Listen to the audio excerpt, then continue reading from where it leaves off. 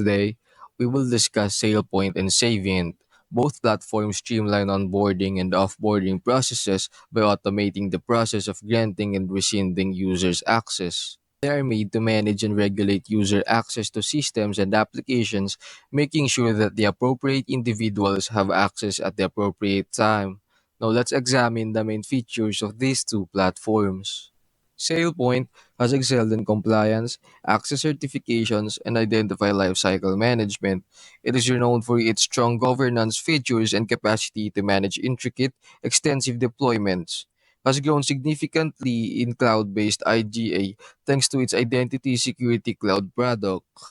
Savient is excellent at risk management and granular access control, particularly in intricate hybrid and multi-cloud settings. It includes powerful application access management features, including those found in cloud platform and vital business apps like SAP.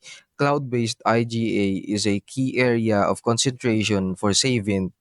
All in all, by conducting frequent access reviews, both allow businesses to make sure that users' access rights are still suitable and compliant. This keeps security intact and stops unwanted access. Both facilitate RBAC, which makes access management easier by enabling businesses to provide access permissions according to individuals' positions inside the organization.